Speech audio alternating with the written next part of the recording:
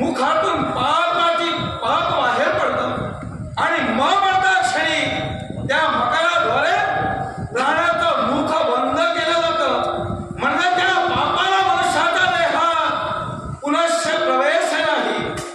अशा माझ्या रामनामासाठी आज हा शंभू एकनिष्ठतेनं त्या रामनामाची आळवणी करतोय. खरोखर राम राम राम श्रीमती राम महात्मा राम शब्द होता का क्षणी ज्या माझ्या कंठाच्या ठिकाणी विष तीर झालं. एवढंच कशाला सर्वांगाचा लाह शांत झाला. होय, त्या राम नामाचा महिमा आहे. या विश्व कल्याणासाठी या शिव शंकरानं वेळोवेळी देवतांना सहाय्य केलं. एवढंच कशाला ज्यावेळी या संपूर्ण सृष्टीवर असुरांचं साम्राज्य मातलं गेलं. एवढंच कशाला 12 आदित्य यक्ष किन्नर गणगंधर्व सारेजण कश्यप महंतांना शरण गेले. कश्यप महंतांच्या भजन करत आणि केवळ विनंतीच्या स्वरानं म्हणाले, कैलासच्या देवाजवळ आपण प्रार्थना करावी. त्या लयकाच्या देवाकरवी जर का या शंकेचं निरसन झालं असेल, असुरांचं साम्राज्य नष्ट झालं असेल तर खरोखर ही धन्यता वाटेल. आणि म्हणून कश्यप महंतांनी आमची साधना सुरू केली. तपाचरण त्यांनी आचरणाला नेलं. अगदी त्याच वेळी हा भोळादेव त्यांच्या भक्तीवर प्रसन्न झाला आणि त्यांची पत्नी मध्ये सुरभी हिच्या गर्भाच्या ठाई. होय, या शिव शंकरानं 12 रुद्रांकरवी जन्म घेतला. हे 11 रुद्र, ज्या 11 रुद्रांकरवी आम्ही तिच्या पोटी जन्म घेतला. या विश्वाला टाळण्यासाठी आम्ही सिद्ध असतो. पण ज्या वेळी हा प्रकार घडला, हे युद्ध सुरू असताना या विश्वाच्या ठाई होय असणारा जलस्रोत आटले गेले. ही सृष्टी जलहीन झाली आणि म्हणून केवळ त्यापैकी 11 रुद्र म्हणजे तो भवरुद्र, त्या भवरुद्राला शिवशंकरानं सांगितलं, या विश्वाच्या ठिकाणी जलाची निर्मिती करायची आहे. अगदी त्याच वेळी स्वतःचा देह झिजवून त्या भवरुद्रानं या विश्वाच्या ठिकाणी जलाशयाची निर्मिती केली.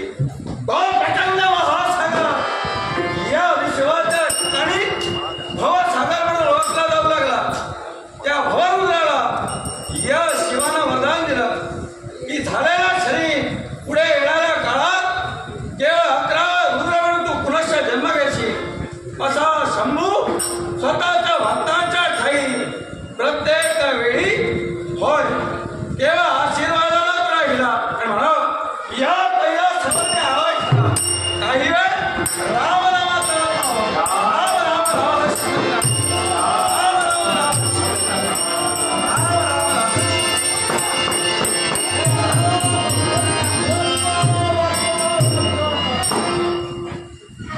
आशीर्वाद आहे. केवळ भयग्रस्त झालेली आपली पुत्रा सांगा या भयकट्या देवापर्यंत विरंची नमोत महा देवेंद्र माझ्यापर्यंत आला. एक याचं मी समजून घेऊ शकतो. पण काय हो, केवळ आपणही धावा वाचवा, संकट समयी सहाय्य करा. आपल्या मुखातून हे शब्द का पुराणीचा दांडा होतास का? काय पुराणीचा दांडा होतास का? बोलण्याचा भावार्थ आपलीच बोटाने आपलेच डोळे. विरंची हे नेमकं काय बोलण्यात आलं? माझा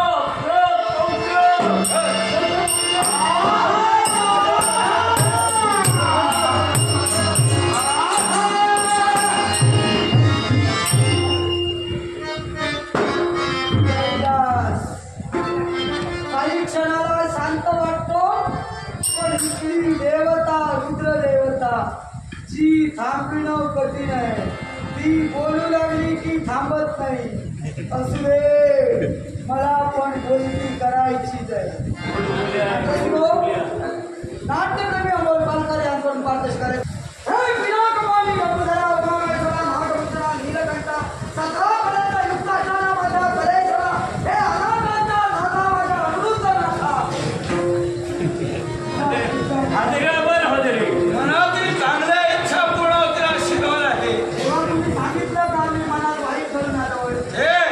नाही, थेट वाईटावर आलात म्हणून म्हणतोय. मी चांगल्यावर बोलो कारण या विश्वाच्या ठिकाणी देहाला संचार करणारी देह चालविणारी बुद्धी असते म्हणजे तेव्हा थोर आणि ही बुद्धी कोणत्या रीतीनं मनुष्याला घेऊन जाईल हे सांगता येत नाही. बरोबर आहे. बुद्धी देव देतात, पण देवता बुद्धीचा नियंत्रण ठेवणारी तुमच्या कशी आहे जाईल? तुम्ही डोकीवर घेऊन फिरविता. देवा असू दे. देवा फक्त मला एवढंच सांगायचं आहे, काय ते तू म्हणालास मनातल्या चांगल्या इच्छा पूर्ण होते. एक वेळ असं बोलला असतास, हे गुडेश्वरा तुला सुयश मिळू दे. काय मला सुयश मिळालं असतं तरी बरं वाटलं असतं. कारण काय, माझी पावलं त्या दिशेनं जात आहेत. पण देवा, मी येण्यापूर्वी आलेल्या देवतत्वातील घटकांनी तुला सर्व काही कथन केलं असेल तेव्हा त्या गोष्टीवर बोलण्यापेक्षा पद्मावती निर्माल्य न पेक्षा लग्न नाकारण्याचं कारण यापैकी काहीतरी एक निवडा आणि लवकर आम्हाला इथून मोकळा करा. ऐका घोडेश्वर, या विश्वाच्या ठिकाणी साऱ्या गोष्टींचा उलगडा करायचा नसतो आणि जरी तो करायचाच आहे तरी आम्ही देव आहोत. ते काय करायचं ते आम्ही पाहून येऊ. हो, तुम्ही पाहता म्हणून आम्ही आहोत. आम्ही येऊ का? पण लक्षात ठेव, तुम्ही नाही पाहिला त्या तुझ्या मित्रासाठी तू झटतोय. तो जो सोमेश्वर आहे, नाव माझंच आहे. लक्षात ठेव, त्याच्या जीवनात कोणताही वाईट प्रसंग घडणार नाही. हल्ला देवा हल्ला. काय मला सांग, एखाद्या स्त्रीला एखाद्या पुरुषानं डिवचलं की म्हणे पुरुषानं तिचा विनयभंग केला.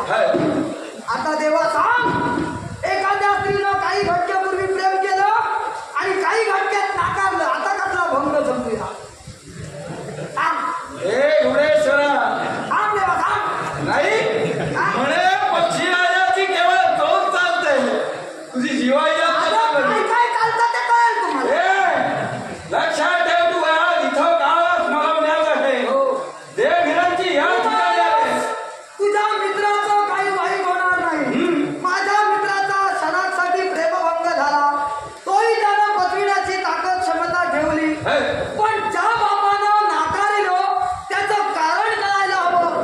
त्या मुलीनं काही क्षणात प्रेम करून काही क्षणात नकार दर्शवते, ती का दर्शवते एवढंच आम्हाला कळायला हवं. तेव्हा आम्ही तुझ्याशी वाद करू इच्छित नाही. तेव्हा या साऱ्यांना एकत्रित कर, त्या प्रश्नाचं उत्तर दे, आम्ही निमूटपणे जाऊ.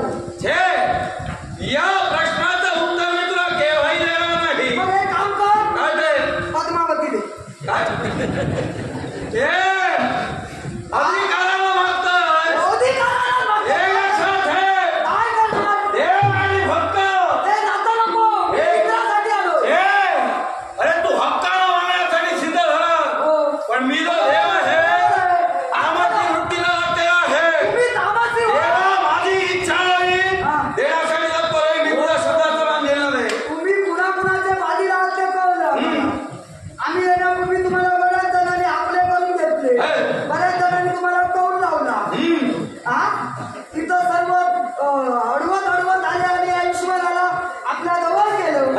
हो काय हो? हे लक्षात काय ठेव. हो? काय ते? तुम्ही म्हणता तुमच्या मनाला वाटेल तेव्हा काय ते करेल, म्हणजे तुमचं बरं आहे. एकीवर भागिलं नाही, एकीला पायाकडे ठेवता, एकीला डोकीवर ठेवता, तुम्ही दोन दोन करता. यांचं बोलून झालं ते काय परत बोलायचं नाही. शपथ आहे, शपथ आहे माझी, परत बोलायचं नाही. हे घोडेश्वरा, काय तसं करता, तुम्ही तसं करता, याचा काय बोलायला नको. मग तुम्ही देव तुमच्या मनाला वाटेल तेव्हा तेव्हा लग्न करता आणि माझ्या मित्रानं एक लग्न करायला लागला, काय बिघडलं? मी स्वतः म्हणून लग्न करण्यासाठी तर अनुरोध करतो. या विश्वासाठी देवतांनी केलं मला लग्न करण्यासाठी भाग पाडलं. आता जर असं बोलत असाल तर माझ्या मित्राची काही चूक नाही. काय कारण काय आहे, तुम्ही यांचं एक शिर मारलं, त्याचा बदला घेण्यासाठी यांनी कामदेवाला पाठविलं. कामदेवाला प्रेरित केला, तुम्ही कामदेवावर कोप दर्शविलात, पुढे त्या कामदेवाला शक्ती दिलात. कामदेवापाशी 5 भांड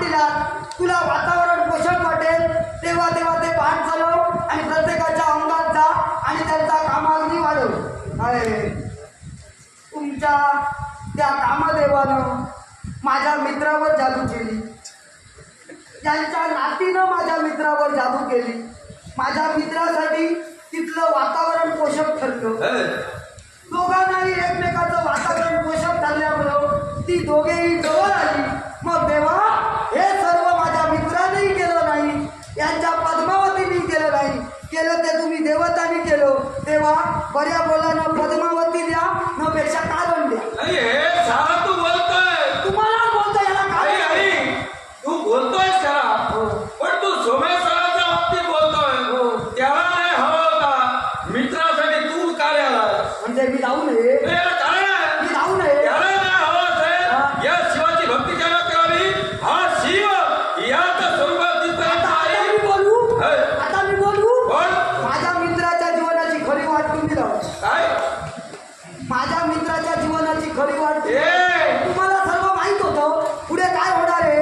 मग ती पद्मावती त्या सरोवराच्या काठी शिवभक्ती करायला यायची. तुम्ही तिथं होता, तुमच्या डोळ्यात येतं त्यांचं प्रेम जुळलं, लग्नाच्या आणाबाका झाल्या. मग तोपर्यंत तुम्ही काय झट्टा करत होता? हे लक्षात ठेव. एक नको, हजार सांगा. उत्तर ऐकण्याची तयारी जर तुझी असती, हा. तरी केवळ तुला उत्तर सांगू नये.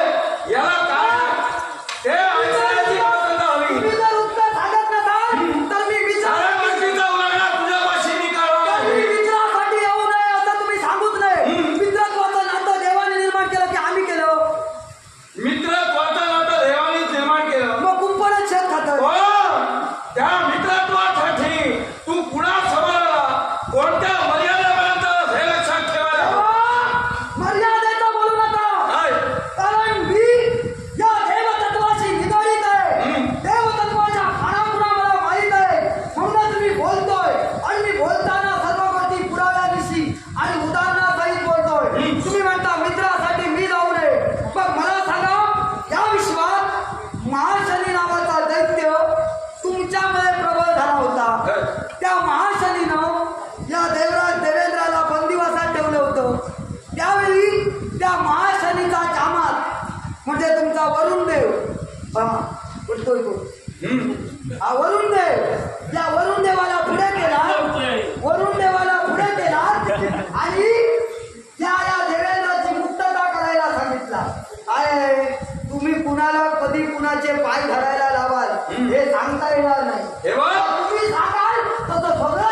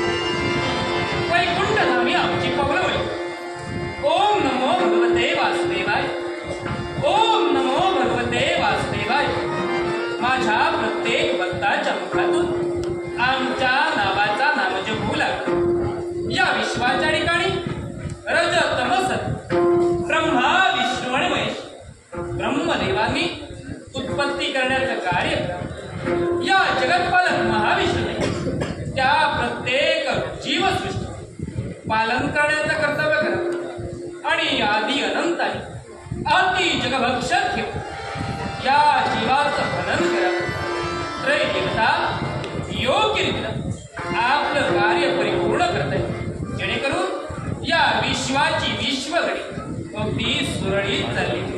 पण या विश्वाची विश्वघडी हे त्रैदेवता जरी हाताळीत असले तरी प्रमुख सूत्रधार या विश्वाचा कोण असेल? सूत्रधार या विश्वाचा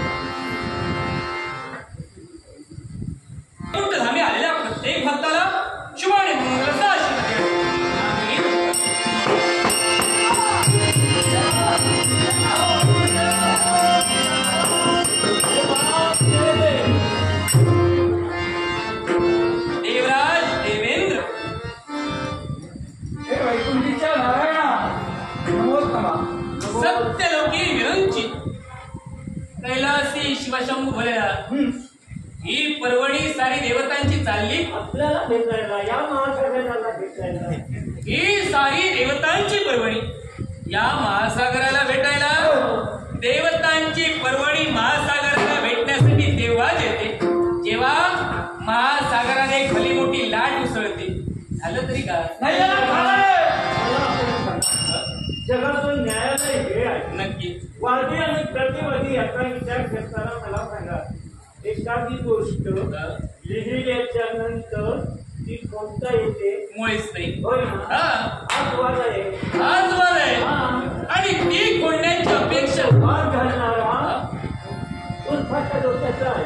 काय म्हणता? हो. म्हणजे तुमच्याला हा भाग निभावणार नाही म्हणून हा इथं न्यायालयावरील विश्वासच्या नाही.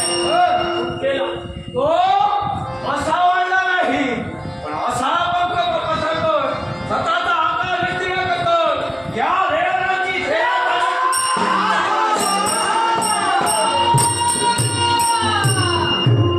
स्वतःचं काय ते वाढव, दुसऱ्याचं काय काय वाढलं, काय काय कमी झालं ते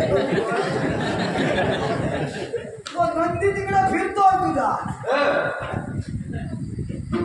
तो आपलं कार्य करे. आता बोलू नको. हे नारळ आहे. माझा देवा शांत शीतल सोज्वळ मनाला निर्मळ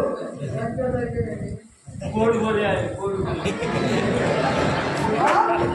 प्रणाम. मनात असलेली प्रत्येक सदिच्छा पूर्ण होईल असा आशीर्वाद. देवा तुझा आल्याचा बराच गौरव केला, बराच गौरव केला. आम्ही गौरवास्पद झालो. आता प्रकरणाला शिरकाव करू, जरा गौरवाला शिरकाव करू. देवा माझ्या पुढे आलेले देव उगाच आले नाही. राजा सोमेश्वराला तिनं प्रेम केलं ती पद्मावती, ती मिळविण्याचा अट्टास होता. पण बापाकडे जातात नकार आला, नकार आल्याचं वाईट नाही. पण नेमका नकार अचानक का आला हे कारण अजून स्पष्ट होत नाही. यांना साऱ्यांना विचारून पाहिलं, यांनी उत्तरं दिली ती ढोबळ उत्तरं दिली. देवा त्यामुळे मला ती मान्य नाही. देवा लग्न जुळविताना बापच योग्य अयोग्य याचा विचार करतो, नवरा करत नाही. सांगा त्याला. तुम्ही सत्य लोक सोडलात, त्यामुळे आता तुम्ही काही बोलू नका. नाही नाही, मी देवाच कर. जे खरं तुम्ही करायला होतं ते मला करावं लागतं, कारण तुम्ही आता जागा धरली. तुम्ही जागा धरली. त्यामुळे आता बोलू नका. पुढे जर हे चालवायचं असेल तू पळणाऱ्याच्या मागं पळत राहा. देवा सांग, माझा मित्र सोमेश्वर यानं जे काही चालविलं आणि त्याच्यासाठी या भुवनेश्वरानं जो काही अट्टास देवतांपाशी धरला तो देवा चुकीचा आहे का? हे गुबळेश्वर, प्रश्न निर्माण या वैकुंठधामी केला, पण तुझ्याबद्दल आमच्यामध्ये जरा आता संशय वाटू लागला. संशय मनात ठेवू नको. शंकेसारखा दुसरा शत्रू नाही असं तुम्ही सांगा. कारण आहे त्याला, नक्की तू या वैकुंठधामी देवतांसमोर आलास, देवतांच्या मागं इथपर्यंत आलास. हा नेमका प्रस्ताव घेऊन लग्नाचा आलाच कुणाच्या? मित्राचा की काकाचा? वाह, नाही, मी असं म्हणायला कारण आहे, अपेक्षेप्रमाणे काहीतरी विचारलं. मी असं म्हणायला कारण आहे, ब्रह्मदेवांचे पुत्र मरीची आणि मरीचींचे पुत्र विश्रव, मरीचींचे पुत्र कश्यप, या कश्यपांपासून तुमची निर्मिती झाली. आणि दुसऱ्या बाजूला जर का विचार केला असेल तर ब्रह्मदेवांचे पुत्र अत्री आणि यांचा पुत्र सोम, म्हणजे सोमा नात्याला तुझा काका झाला. आणि म्हणून मी तुला विचारलं, काकाच्या लग्नाचा प्रस्ताव आणलास की मित्राच्या? देवा नाती गोती उभी करतोय. पहिल्यांदा मला तुमच्या देवतातले काही काही घटक बोलून गेले, तुम्ही नात्या गोत्याचं काही बोलू नका.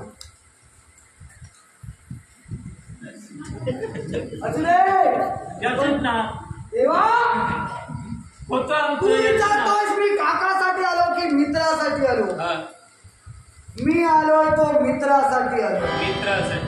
कारण काकाचं लग्न जुळविणं हे पुतण्याला काही गरज नाही. काका आपलं पाहून घेऊ शकला असता, पण काकाच्या नात्यापेक्षा, रक्तांच्या नात्यापेक्षा मानलेली नाती सर्वश्रेष्ठ असतात. नक्की. असं तुम्ही देवाला सांगतो. अगदी सत्य, अगदी सत्य आहे. मग मित्रत्वाचा हात हाती दिल्यानंतर त्या मित्रप्रेमासाठी झटणं, त्या त्यासाठी नात्यागोत्याचा विचारच करायला हवा का? मित्रत्वासाठी झटलासाठी देवतांवर स्वारी केली, पण ज्या राजकर्त्यांनी स्वतःची कन्या राजा सोमेश्वराला देण्यासाठी थडथडीत नकार दिला, मग जर का बापांचाच नकार असेल तर तू आणि मी झटून उपयोग का? देवा, नकार असण्याबद्दल माझा दुमत नाही. आधी प्रेम झालं म्हणूनच ही धडपड चालू आहे.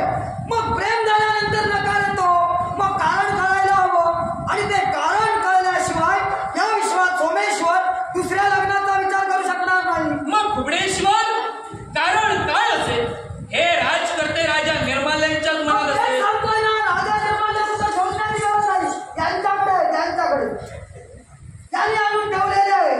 तेव्हा बोलवा, राजे निर्माल्यांना समोर आणा, पद्मावतीला समोर घ्या, माझ्या समोर कारण करू द्या, मी इथून निघून पडेल आहे. हे घुबडेश्वर, राजा निर्माल्य आणि पद्मावती देवतांचे आश्रित आहे, आणि तू म्हणतोयस की तुला कारण हवं, आणि ते कारण तुला आम्ही स्पष्ट करून द्यावं. मग मी तुला तर असं म्हणेन, तुझा मित्र म्हणजे राजा सोमेश्वर हा आयत्या पिठावर रेगोटे ओढणार आहे, देवा, आणि म्हणून कदाचित म्हणून राजा निर्माल्यांनी आपली कन्या देण्यासाठी नकार. स्पष्ट करून सांग. एकच. आईच्या पिठावर बोललास, मानवाला मानवाची मुक्ती देतोय, सांग. याला कारण आहे, ज्या ठिकाणी राजकर्त्यानं म्हणजे सोमेश्वरानं हस्तिनापूर निर्माण केलं, हे हस्तिनापूर निर्माण करताना या बोलत बरीच युग बोलत त्या ठिकाणी अविनाश नावाचं राज्य होतं. ओंकार नावाचा राजकर्ता राज्य करत होता. सत्यवती नावाची त्याची पत्नी होती. 24 पुत्र होते. 18 आणि 7 बंगले गेले. त्यात वाद झाला. कौटुंबिक वादामुळे राज्याचा विनाश झाला, आणि ते धन लुप्त या भूमीत झालं. त्या धनापासूनच तुझ्या मित्रानं हस्तिनापूर निर्माण केलं. नक्की खरं. पुढे. मग म्हणूनच मी म्हणतोय, ज्या राजकर्त्याच्या ओंकारनं जो धनसंचय केला होता, त्या धनसंचयावर त्यानं राज्य निर्माण केलं, म्हणून कदाचित त्यांना द्यायची नसेल. बोलून विचार करतोय की विचार करून बोलतोय? विचार करून बोलतो. मला वाटत नाही. कारण सांगतो. म्हणून तू जर म्हणत असशील दुसऱ्याच्या धनावर राज्य उभं केलं म्हणून तो आयत्या पिठावर रेगोटे ओढतोय, होय ना? मग देवा, ओंकार राजाचं धन अविनाश नगरात लुप्त झालं होतं, हे माझ्या मित्राला कसं काय कळलं? तुझ्या मित्राला जो संकेत झाला, संकेत म्हणजे नेमका कसला? स्वप्नभास झाला. स्वप्न कोण दर्शवितात? स्वप्न देवता मग दर्शवितात. दोष कोणाचा? दोष देवतांचा. हलक्या हातानं सोडतो. नक्कीच मी सुद्धा गुंता हलक्या हातानं सोडवेन. अडचण निर्माण करत नाही. अडचण मी सुद्धा तुला निर्माण करू देणार सुद्धा नाही. कोण? देवता स्वप्नभास दर्शवितात, पण मनुष्याला विचार करण्याची क्षमता दिली आहे. चांगला मार्ग काय, वाईट मार्ग काय, या प्रत्येक गोष्टीचा विचार करून मानव चालू शकतो. आता पडलेलं प्रत्येक स्वप्न सत्य असतं. देवा, जाऊ दे. स्वप्न तुम्ही देवतांनी दिलात म्हणून मी तुम्हाला दोष देणार नाही. तुम्ही आयत्या पिठावर रेगोटे ओढणारा म्हणालात म्हणूनही दोष देणार नाही. आता मला तुम्हीच सांगा, माझ्या मित्रानं ते धन मिळवून कुणाचं वाईट केलं? कुणाचंच नाही. मग त्याचं वाईट तुम्ही का? स्वतःच तर बरं केलं. स्वतःचं एकट्याचं बरं केलं की आणि कुणाचं केलं? सुरुवात आपल्यापासून या जनतेची केली. आपल्यापासून केल्यानंतर पुढे काय केलं? राज्य निर्माण केलं. राज्य निर्माण करून काय केलं? राज्य निर्माण करून वस्ती निर्माण केली. वस्ती निर्माण करून काय केलं? अनेक मांडलिक राजकर्ते बनवले. मग मांडलिक राज्य जमीन असताना त्यानं कुणावर अत्याचार केला? कुणावरही नाही. मग त्याच्यावर अत्याचार का? कोण करतंय? तुम्ही देव करता. त्यानं पहिल्यांदा स्वतःचा विचार केला नाही. जे धन मिळालं त्या धनाच्या बळावर राज्य निर्माण केलं.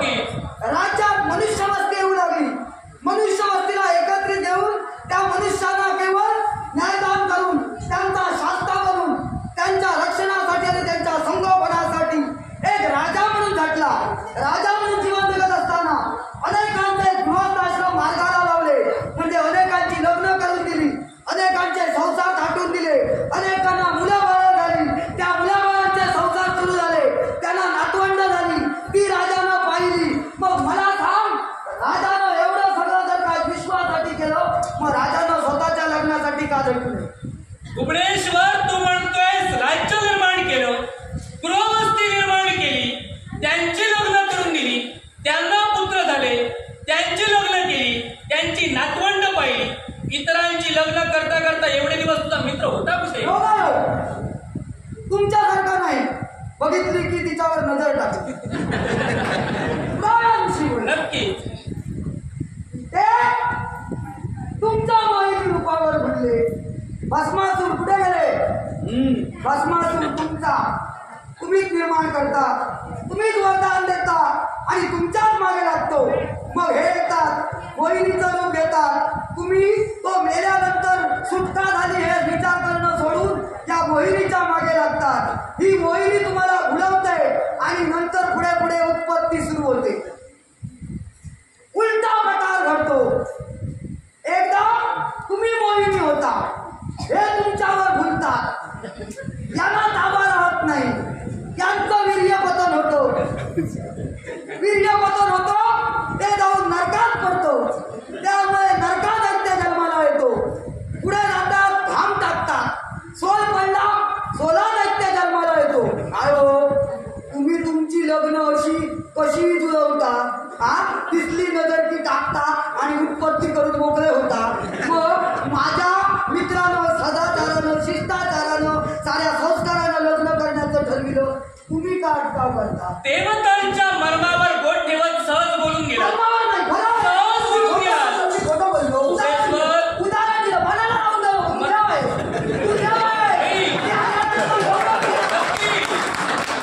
देव कोणतीही गोष्ट मनाला लावून घेणार नाही. तू बोलत राहा, आम्ही ऐकण्यासाठी सक्षम आहोत. तू म्हणालास की आमचं वीर्य स्खलन झालं आणि म्हणून तू आज हे भाष्य केलं. मग मला सांग, हे खरंच आहे? हे खरंच आहे? मग मी सुद्धा खोटं बोलत नाही. मग मला सांग, मी माझं वीर्य स्खलन झालं ते तू कथित केलं, मग तुझा जो जन्म झाला तो कसा झाला? माझा जन्म झाला तोही वीर्यापासून. उत्पत्तीचं साधनच ते. उत्पत्तीचं तुझ्या मर्माला बोट ठेवलं म्हणून तू माझ्या जन्मापर्यंत बोलतोय. आता सांग, मी तुझ्याकडे आलो होतो मला जन्म दे म्हणून सांगायला. तू माझ्या नाही, उत्तर दे आधी मला. मी तुझ्याकडे आलो होतो मला जन्म दे म्हणून सांगायला. मग घुबडा देवी ही देवतांची भक्ती करत होती. मग भक्ती केली, त्याचा फळ दिला का? उपकार केला. मग भक्ती केली, त्याचं जर का फळ दिला तर ज्या तुझ्या मातेनं भक्ती केली त्याच्यामुळे तुझा जन्म झाला. मग जर का आम्ही तुझ्यावर उपकार केले, मग ते उपकार माझ्या आईवर म्हणा. प्रत्येक पुत्राच्या आईचा जन्मासाठी झटत असतो. का केलं? तर तुम्हाला या विश्वाची चिंता होती. होय ना? तर विश्वाच्या कल्याणासाठी, कुशजीवाच्या उद्धारासाठी तुम्ही केवळ घुबडा देवीला विश्वांकरवी संतती दिला. मग घुबडा देवीला संतती देऊन तुम्ही घुबडा देवीचं कल्याण केलं की विश्वाचं कल्याण केलं? मग ज्या ठिकाणी तू वास्तव्य करतोय त्या स्थळाचं आम्ही कल्याण केलं, उत्कर्ष केला. नव्हे तर तुझ्या मातेनं जी भक्ती केली त्या भक्तीचं आम्ही फळ सुद्धा दिलं. मग असं असताना तो आदर्श किंवा ते केलेले उपकार नेत्रासमोर न ठेवता, अरे काल सकाळी ज्याचं मित्रत्वाशी नातं जडलं त्या मित्रासाठी साऱ्या देवतांना पळता होई करून सोडिलं. मग ज्या देवतांनी तुला जन्म दिला त्या देवतांना तुमचं असं काय देवता शास्त्रविधान आहे? साधारण किती वर्ष मैत्री झाल्यानंतर त्यावर उपकार करावे? मी काय म्हणालो तुला? मित्रत्वाच्या नात्यासाठी देवतांपर्यंत बोललास. आत्ता कुठे मैत्री झालेला बोलला? मी माझ्या मित्रासाठी झटलो म्हणून तुम्ही आमच्या मैत्रीवर बोट ठेवता आणि म्हणून मी तुम्हाला नकोसा झालोय. मी तर आता असं म्हणतोय किंवा मला असं वाटतंय काय हो, तुझ्यावर कोणत्या तरी प्रकारचा दबाव आहे.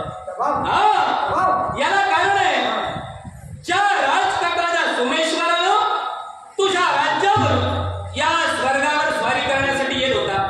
अनेक तुझे वन्यजीव त्याच्या अस्त्रामुळे आणि त्याच्या शस्त्रामुळे त्यांना आघात होत होता, म्हणून तू त्याचा प्रतिकार केलास. मग त्या प्रतिकारात कुठेतरी तुझे पराक्रम कमी पडले असतील. नव्हे तर तू तुझ्या प्रजेला संरक्षण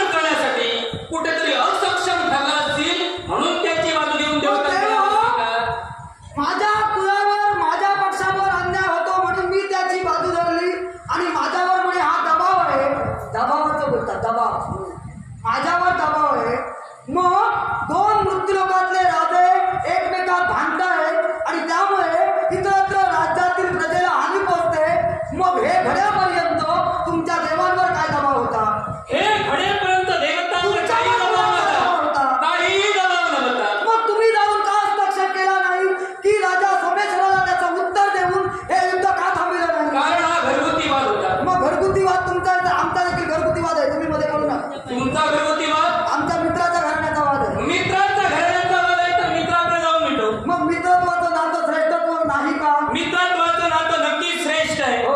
पण ज्या अर्थी राजतत्वाच्या निर्माल्यानं स्वतःची कन्या राजा सोमेश्वराला देण्यासाठी सक्त नकार दिला, त्या अर्थी या दत्ता आम्ही तुला कोणताही पर्याय एकच सुचू शकतो, माघार जाऊ शकतो. तुम्ही आता पर्याय तुम्ही सुचवू नका. आम्हाला हवा तो पर्याय आम्ही मिळवणार.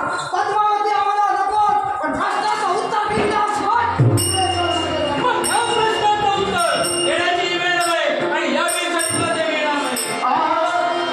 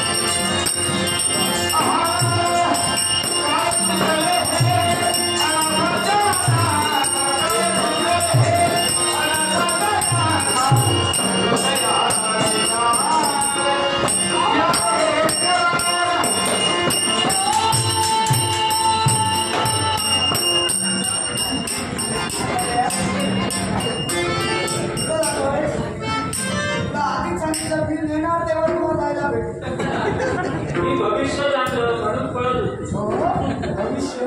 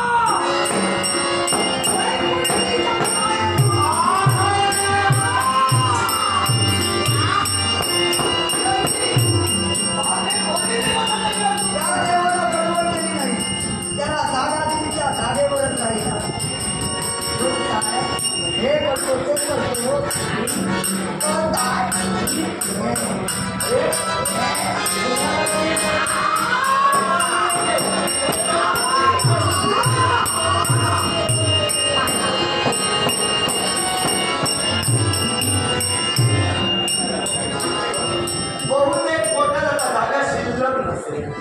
म्हणजे मी सुटलो म्हणायला हरकत नाही. कुणाच्या पोटात जागा? तुझ्यासाठी मी आधीच जागा ठेवली. काय म्हणजे माझी वेगळी तयारी करून आलेला. तुझी वेगळी तयारी नाही, मग तू अलीकडे वेगळी तयारी करून फिरतो. काय म्हणजे काय काय ठरवलंस का? एकच तुला कुठेतरी जागेवर अडकवला पाहिजे, त्याशिवाय शांत होणार नाही. हे जे पुढे गेले, हे पुढे गेले ना, त्यांनी प्रत्येकाच्या जागा ठरवलेल्या आहे. हे गेले ते. माझी जागा कुठे हे त्यांनी ठरवलं. आता तुझी जागा कुठे हे पुढे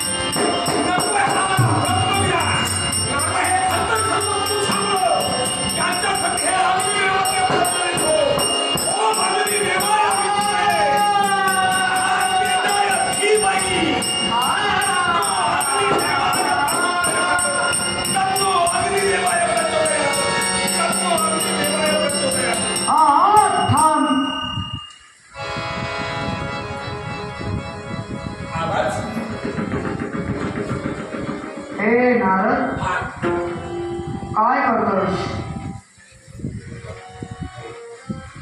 हा कुणाचा आवाज? ही नभोवाणी, नभोवाणी, ही देववाणी देववाणी तुझ्याशी संवाद साधते. साम्राज्याच्या परिस्थितीत स्वतःच्या जीवित्वाचा नाश करण्यासाठी अग्निदेवतेला बोलविलंस आणि हा नारदाचा अग्निप्रवेश चालू आहे का? तर समस्त देवता शतकुंभेश्वरानं स्वतःच्या उदरात घेतल्या. त्या देवता तुझ्यामुळे त्याच्या उदरात गेल्या असं तुझ्या मनाला वाटून गेलं म्हणून केवळ हा अग्निप्रवेश करतोय. पण हा अग्निप्रवेश नकोय. याला कारण का? अजूनही तुझ्या प्रश्नाचं उत्तर मिळण्याचं साधन आहे. माझ्या प्रश्नाचं उत्तर आहे म्हणजे मी मुक्त होतो. अग्निप्रवेश करण्याची गरज नाही, यावर पर्याय आहे. यामध्ये पर्याय एकटा तो काय? एकच पर्याय. ऐकूया. तुझी माता, अरे सावित्री माता, या सावित्री मातेचं सहकार्य घे. त्या मातेला सर्व गोष्ट कथीत कर आणि त्या मातेकरवी केवळ राजा सोमेश्वरापाशी जाऊन हे कार्य घडवू आणि केवळ तुझ्या वचनाला सत्यता दे. तुझ्या वचनाला सत्यता दे. तुझ्या वचनाला सत्यता ही दे. आकाशवाणी म्हणजे नादाचा अग्निप्रवेश. हे याच्यासाठी सत्यविधान नाहीये, तर सत्यविधान म्हणजे सत्याची देवता, ती म्हणजे सावित्री माता.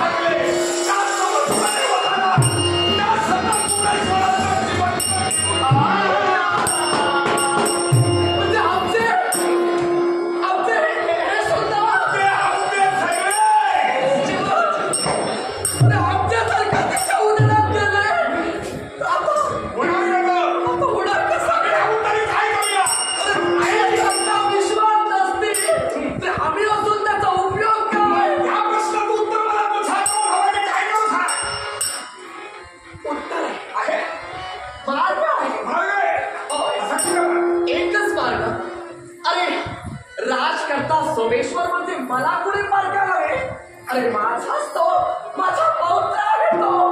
मी समजावेन त्याला आणि माझी खात्री आहे माझ्या म्हणण्याच्या बाहेर तो कधीही जाणार नाही. आणि याच्यासाठी एकच करायला हवं.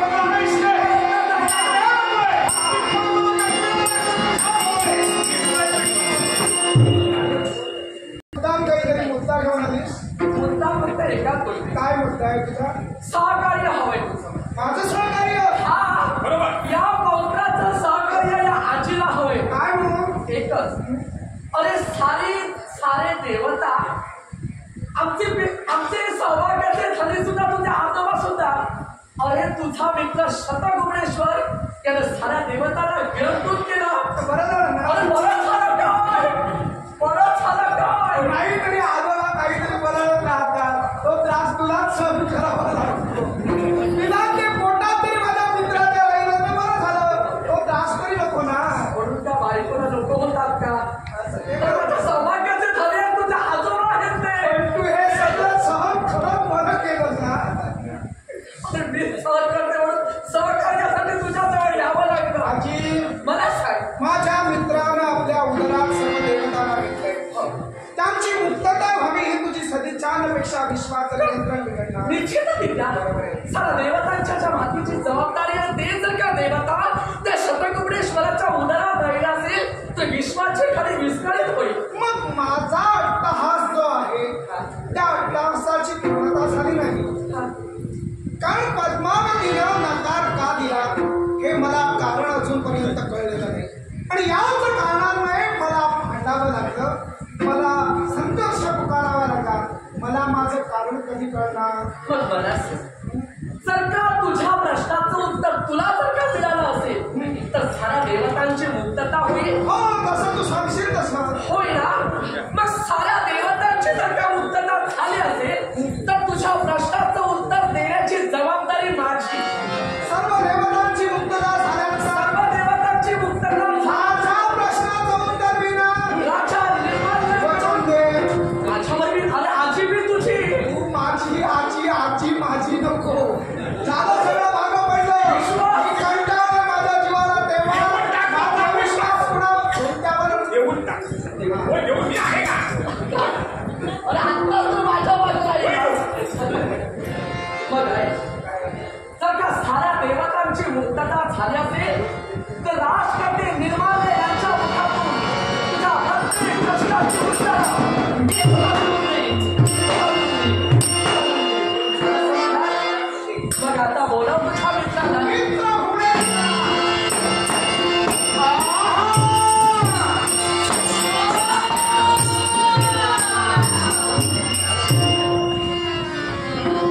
आजी माझी आजी, आमची आजी काका आशीर्वाद. काका ना गेला. आता का पोटात घेतलेल्यांना पुन्हा बाहेर काढायचं. काहीतरी धरू नकोस. तुझ्या लग्नाला ते देव नसले तरी त्यांच्या नावानं काहीतरी काढून बाजूला ठेवूया आणि तुला लग्न लावूया. माझा अट्टहास माझ्या प्रश्नाच्या उत्तरासाठी. काय परमावतीनं मला नकार का दिला हेच मला कळायला हवं. आणि कोण सांगणार? त्यासाठी माझ्या आजीनं वचन दिलं.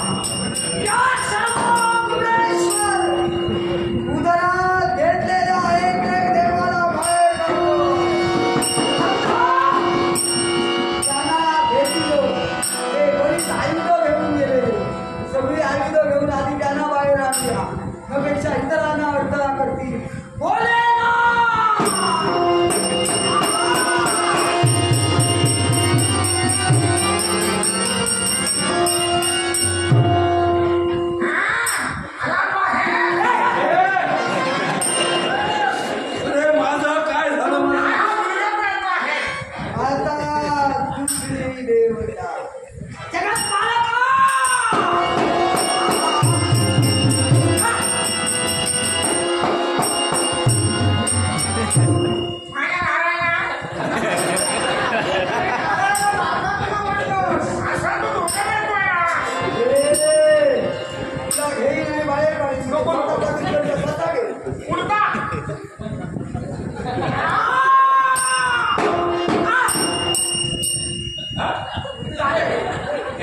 त्याला सांगितलं नाही तो म्हणतो येऊन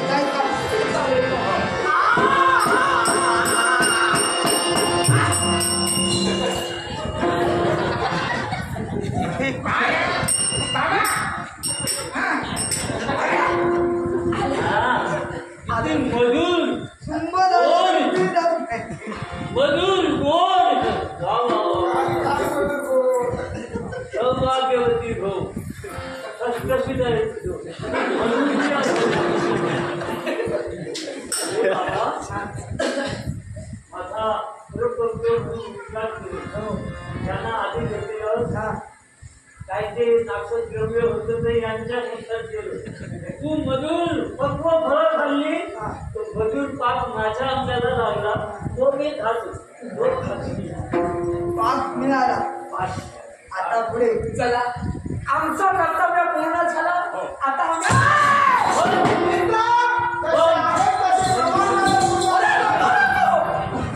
माझी शंका आहे आम्हाला वरून खाल्लं काहीच आहे पण हे केलं कुणी मी केलेलं हिनं प्रकरण मिटवलं तेव्हा ही म्हणते जाऊया आता मला पटलं तिच्या हाती पांड्याची दोरी ती जगाला उद्धारी म्हणून या देवांचा उद्धार ज्या माऊलीनं केला आता पुढे आता तुमचं पुढं बघा पाळण्याची तयारी आता माझ्या पुत्राला पाळण्याची तयारी करा तू समजत देवांना माझा आणि तुझा काय झाला एकमेकात ते सांग जरा निश्चित एवढं तरी सांग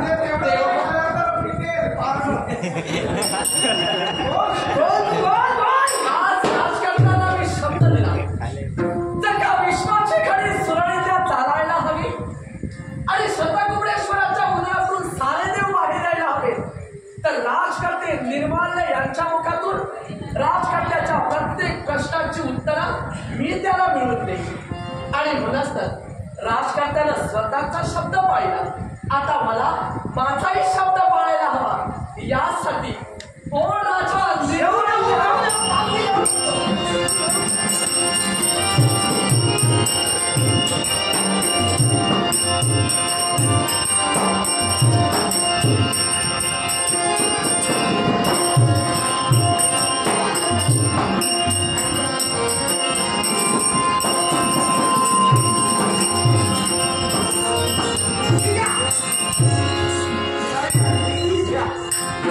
पद्मावती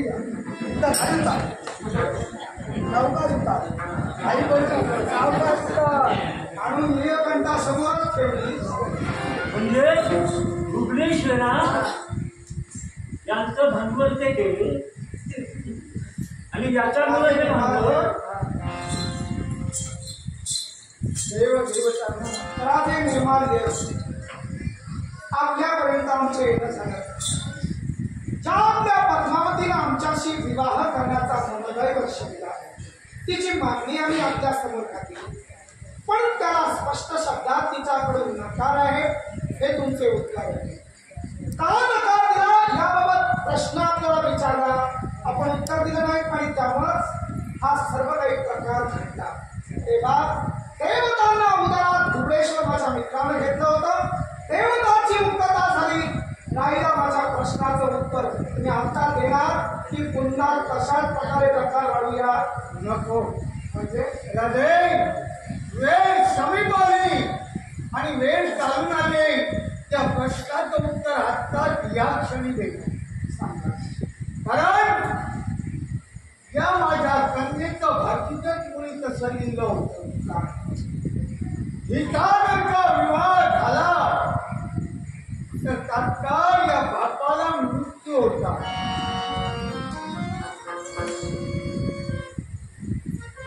तुमच्या समवेत जर का हिचा विवाह झाला असता तर या बापाचा मृत्यू अढळ होता. आणि म्हणूनच कन्येनं आपल्या पित्याचा मृत्यू आपल्या डोळ्यासमोर पाहू शकणार नाही म्हणून नकार दर्शविला. म्हणून माझ्या प्रश्नाचं उत्तर मला मिळालं. यामुळे मी माझ्या जीवनाचा प्रवास करताना पद्मावतीचा अजिबात माझ्या जीवनात कधी विचार करणार नाही.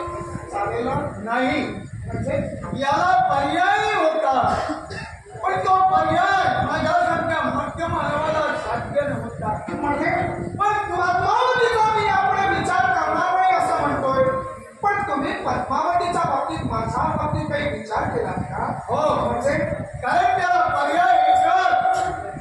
ब्रह्मा विष्णू महेश या त्रय देवतेच्या साक्षीला जर का हिचा विवाह झाला असेल तर माझा मृत्यू टळणार आहे.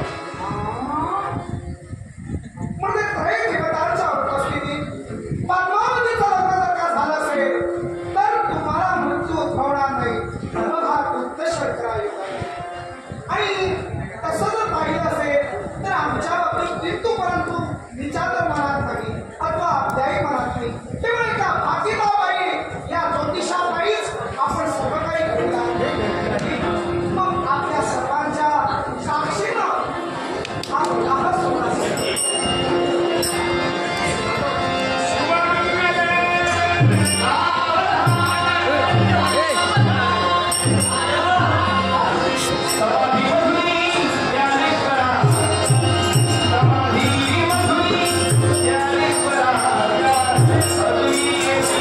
Thank you.